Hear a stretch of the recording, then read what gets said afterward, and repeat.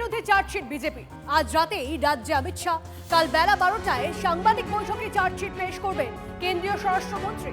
চার্জশিটে মমতা সরকারের বিরুদ্ধে দুর্নীতি, অপশাসনের অভিযোগকেই হাতিয়ার করতে চলেছে বিজেপি। বিজেপির চার্জশিটে থাকছে মাফিয়া রাজ, নারী সুরক্ষা ইস্যু। খবর সূত্রে রাজ্যের অন্তত 15টি ইস্যুকে সামনে রেখে চার্জশিট পেশ করবে বিজেপি। চার্জশিট প্রকাশের পরই ঘরে ঘরে যাবে গেরুয়া শিবির। এরপরে এপ্রিলের গোড়াতেই ইস্তেহার প্রকাশ করবে শ্রমিক শুভেন্দুরা। তৃণমূল সরকার ওপরে মানুষ বিশ্বাস করেছিল, নির্ভর করেছিল।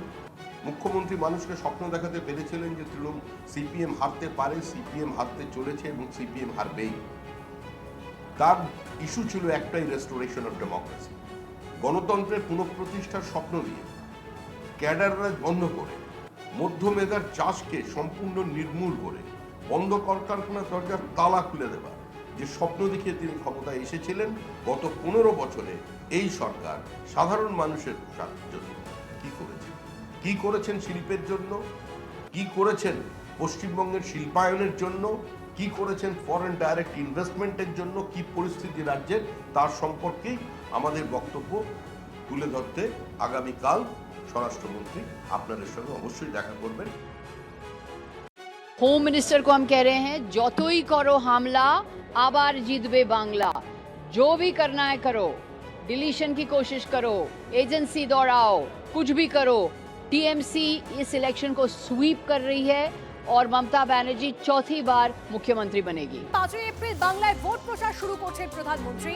ভোট ঘোষণার পর এপ্রিলের প্রথম সপ্তাহে বাংলায় নরেন্দ্র মোদী। আরো ডিটেইলস জানবো আমাদের প্রতিনিধি প্রদীপ্ত থেকে। প্রদীপ্ত, কি কর্মসূচি?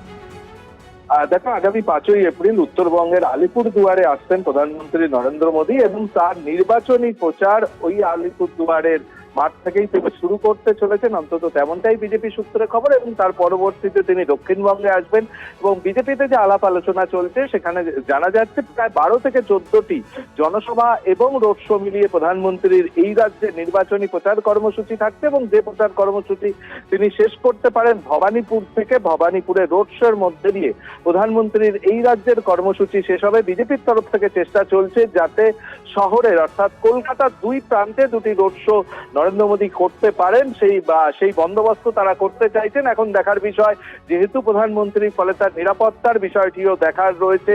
আর সেই জন্য এসপিজি শেষ পর্যন্ত সিদ্ধান্ত নেবেন যে আদতে এই রাজ্যে কতগুলো রোড শো করা নরেন্দ্র মোদী